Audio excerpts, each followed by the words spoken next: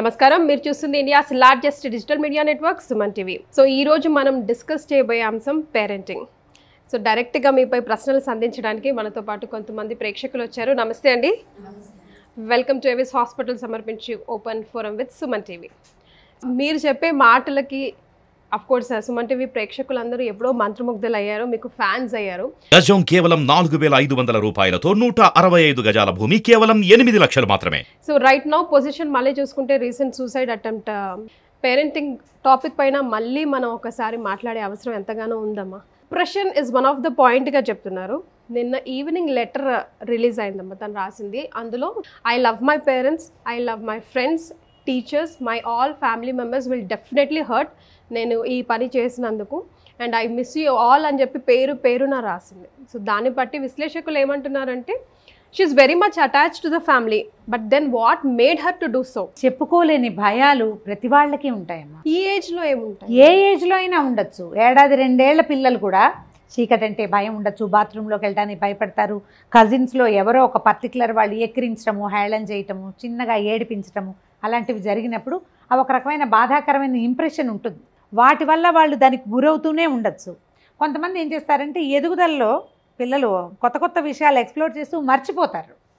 కానీ కొద్దిమంది సెన్సిటివ్ పిల్లలు దాన్ని గుర్తుపెట్టుకుంటారు. చిన్నప్పుడు ఎప్పుడో కొట్టిన సంగతి జ్ఞాపకం ఉంటుంది, మధ్యలో చేసిన అన్ని రకాల సహాయాలు గుర్తుండవు, కొట్టింది జ్ఞాపకం పెట్టుకుంటారు. సహజం కదా, మీరు గట్టిగా ఎక్కడైనా ఒత్తితే దాని ఇంప్రెషన్ ఉంటుంది.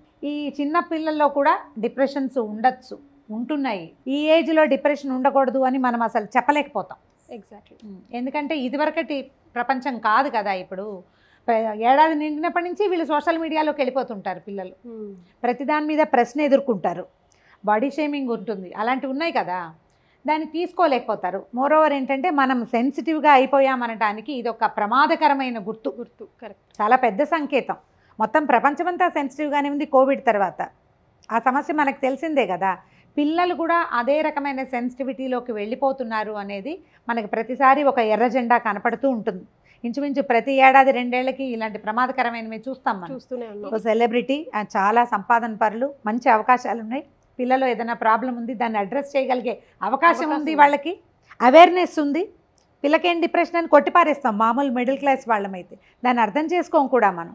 వాళ్ళు అర్థం చేసుకుని ప్రయత్నం చేసినా కూడా ఫలితం లభించలేదు అంటే వాళ్ళు లాస్లో ఉన్నారు. మామూలు వాళ్ళ పరిస్థితి ఏంటి? ఇలాంటి పరిస్థితిలో మనం కూడా ఉన్నామా అని ప్రతి పేరెంట్ తరచి చూసుకోవాల్సిందే. మనకి పెద్దవాళ్ళు లేరు, మనమే పెద్దవాళ్ళము. ఏ కుటుంబంలోనూ పెద్దలు లేరు కదా, ఉన్నాం ఎవరి ప్రపంచం వాళ్ళది. జాగ్రత్త పడాల్సిన సమయం అని ఈ రెడ్ ఫ్లాగ్ దానికోసంగా భావించాలేమో అనిపిస్తుంది. రైట్. సో మీ ప్రశ్నలు చెప్పండి. మీ పేరు? నా పేరు అద్దేపల్లి శైలజ, నేను ప్రభుత్వ ఉపాధ్యాయునిని. మీరంటే నాకు చాలా అభిమానం. మీరు ఎలా అంటే 2 తరాలకి వారధిగా ఉన్నారు మీరు.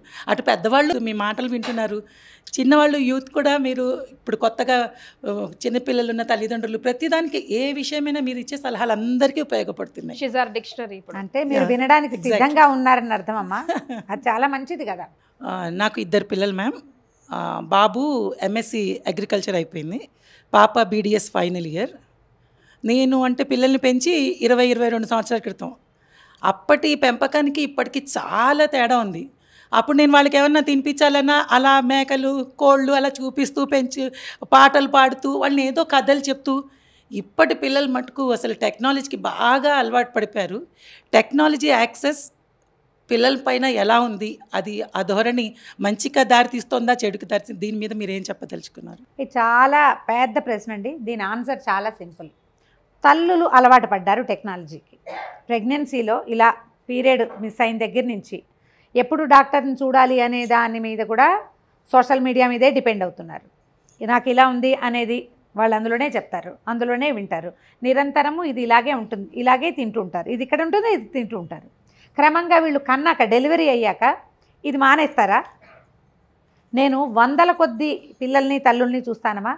పిల్లాడికి ఒళ్ళో పెట్టుకుని ఫీడ్ చేస్తూ వైల్ నర్సింగ్ కూడా ఫోన్లు చూస్తారు, వీళ్ళు మాట్లాడుతూ ఉంటారు. ఈ లైటింగ్ బిడ్డ చూస్తాడు కదా సహజంగా. లైటింగ్కి అట్రాక్ట్ అవ్వటం అనేది ఒక సహజమైన క్రియ.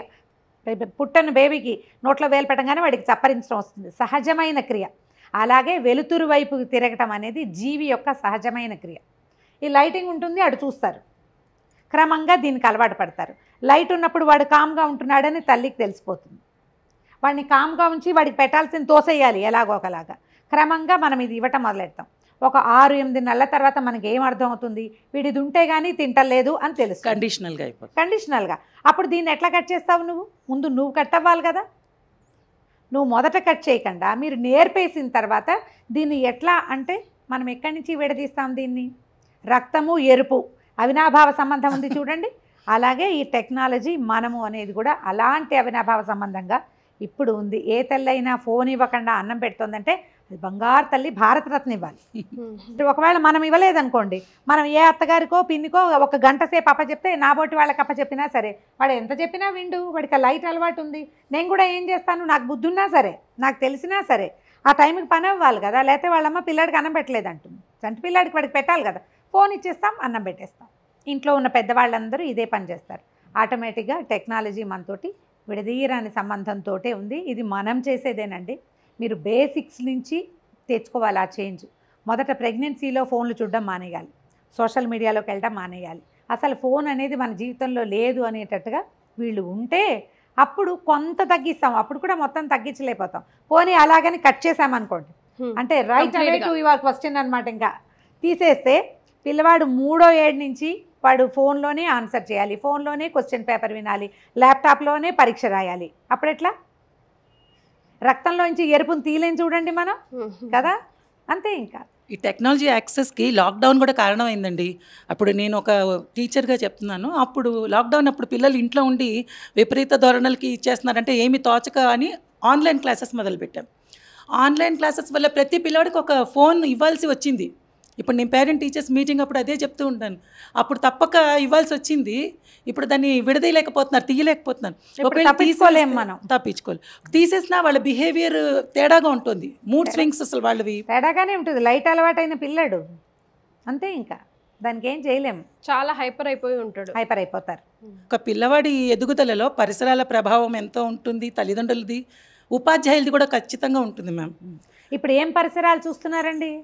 పరిసరాలు ఏం చూడటం లేదు, ఫోన్ తప్ప ఇంకా పరిసరం చూసే ప్రసక్తే లేదు. ఇక అసలు రూల్డ్ అవుట్. దీంట్లో నుంచి మనం బయట పడలేము. కాలం ఇలా మారిపోయింది. అంతే. నేచర్కి దూరంగా ఉండడం కూడా ఒక కారణం అంటారు. అవును. దానికి దూరం అవడం వల్ల దీనికి అట్రాక్ట్ అవుతున్నారు. సో ఈ తల్లిదండ్రులు ఫస్ట్ వాళ్ళు మారి పిల్లల్ని మార్చాలి. వాళ్ళు మారినా మార్చలేరండి, కుదరదు. ఇప్పుడు దీనికి ఏం చేయొచ్చంటే ఇన్ఫాంటల్ స్టేజ్లో మరీ పసిబిడ్డప్పుడు ఫోన్ తీసుకోకూడదు అంటే కనుక ప్రెగ్నెన్సీ నుంచి మీరు కొంచెం తగ్గించుకోవాలి తల్లులు. అప్పుడు మొదట ఒక 3-4 సంవత్సరాలైనా పిల్లాడు పరిసరాలను చూస్తాడు, కొంచెం ప్రకృతితోటి మమేకంగా ఉండగలుగుతారు. మీరు వాళ్ళు ఎక్కువ బాండేజ్ ఉంటుంది. నేను కొడుకు, ఫోను కాదు, నేను కొడుకు అనేవి ఉంటాయన్నమాట. అవి ఉండాలి కదా. అది కావాలంటే మీరు తల్లులు మానేస్తే పిల్లల్ని కొంచెం సెపరేట్ చేయగలుగుతాం.